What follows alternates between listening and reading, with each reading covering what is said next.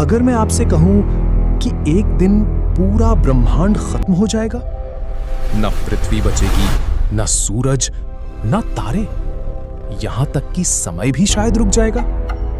और सबसे डरावनी बात, साइंटिस्ट्स मानते हैं कि यूनिवर्स की मौत पहले ही शुरू हो चुकी है। लेकिन सवाल यह है, आखिर ब्रह्मांड खत्म कैसे होगा?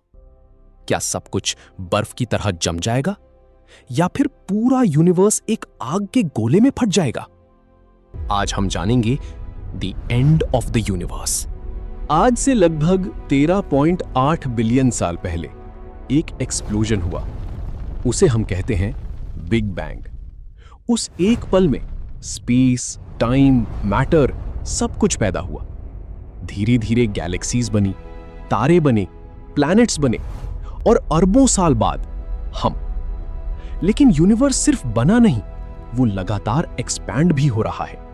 और शॉकिंग बात यह है, ये एक्सपेंशन धीरे नहीं बल्कि और तेज होता जा रहा है। साइंटिस्ट्स इसे कहते हैं डार्क एनर्जी, एक ऐसी मिस्टीरियस फोर्स जो गैलेक्सीज को एक दूसरे से दूर धकेल रही है। और यही फोर्स शायद यूनिवर्स की मौत की वजह बनेगी। सबसे फेमस थ्योरी है द बिग फ्रीज। इमेजिन करो, अरबों खरबों साल बाद सारे स्टार्स अपना फ्यूल खत्म कर देंगे, सूरज जैसे तारे मर जाएंगे, गैलेक्सीज अंधेरे में डूब जाएंगी। धीरे धीरे यूनिवर्स इतना एक्सपैंड हो जाएगा कि गैलेक्सीज एक दूसरे से इतनी दूर चली जाएंगी कि आसमान में कोई तारा दिखाई ही नहीं देगा, सिर्फ अंधेरा। टेम्परेचर इतना गिर जाएगा कि हर चीज फ्रीज होने लगेगी। No light, no heat, no life.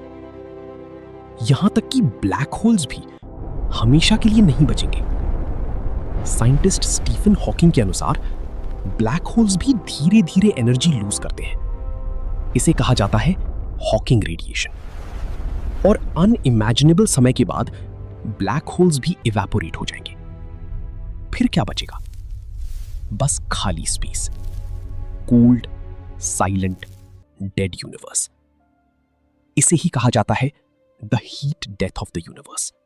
लेकिन कुछ साइंटिस्ट्स मानते हैं कि यूनिवर्स की एंडिंग इससे भी ज्यादा टेरिफाइंग हो सकती है, द बिग रिप। इस थ्योरी के अनुसार डार्क एनर्जी समय के साथ और पावरफुल होती जाएगी, इतनी पावरफुल कि वो गैलेक्सीज को फाड़ देगी। फिर सोलर सिस्टम्स टूटेंगे, फिर प्लैनेट्स, फिर एटम्स भी। इमेजिन करो, एक दिन ग्रेविटी हार जाएगी और पूरा यूनिवर्स लिटरली टेयर अपार्ट होने लगेगा। पहले मिल्की वे खत्म होगी, फिर अर्थ ऑर्बिट से बाहर निकल जाएगी, फिर पृथ्वी के मॉलिक्यूल्स तक टूटने लगेंगे और आखिरी मोमेंट्स में स्पेस और टाइम खुद भी डिस्ट्रॉय हो सकते हैं। सब कुछ बस खत्म।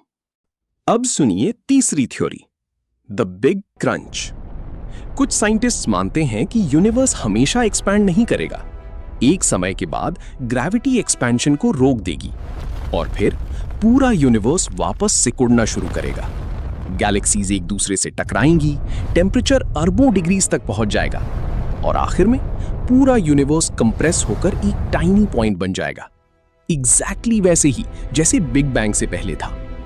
कुछ लोग मानते हैं शायद इसके बाद फिर एक नया बिग बैंग हो, मतलब हमारा यूनिवर्स शायद एक साइकिल हो, बर्थ, डेथ, रीबर्थ, बार बार। लेकिन सबसे डरावनी पॉसिबिलिटी अभी बाकी है, वैक्यूम डीके। साइंटिस्ट्स कहते हैं हो सकता है कि यूनिवर्स एक्चुअली स्टेबल ही ना हो। इमेजिन करो कि पूरा रियलिटी एक फ्रैजाइल ग्लास की तरह हो और अगर कहीं स्पेस में एक टाइनी क्वांटम बबल बन जाए तो वो लाइट स्पीड से फैल सकता है और उसके रास्ते में आने वाली हर चीज इंस्टेंट डिस्ट्रॉय हो जाएगी। No warning, no escape. Physics के सारे लॉज बदल सकते हैं, एटम्स टूट सकते हैं, मैटर खत्म हो सकता है। और टेरिफाइंग बात, अगर ऐसा हुआ तो हमें पता भी नहीं चलेगा।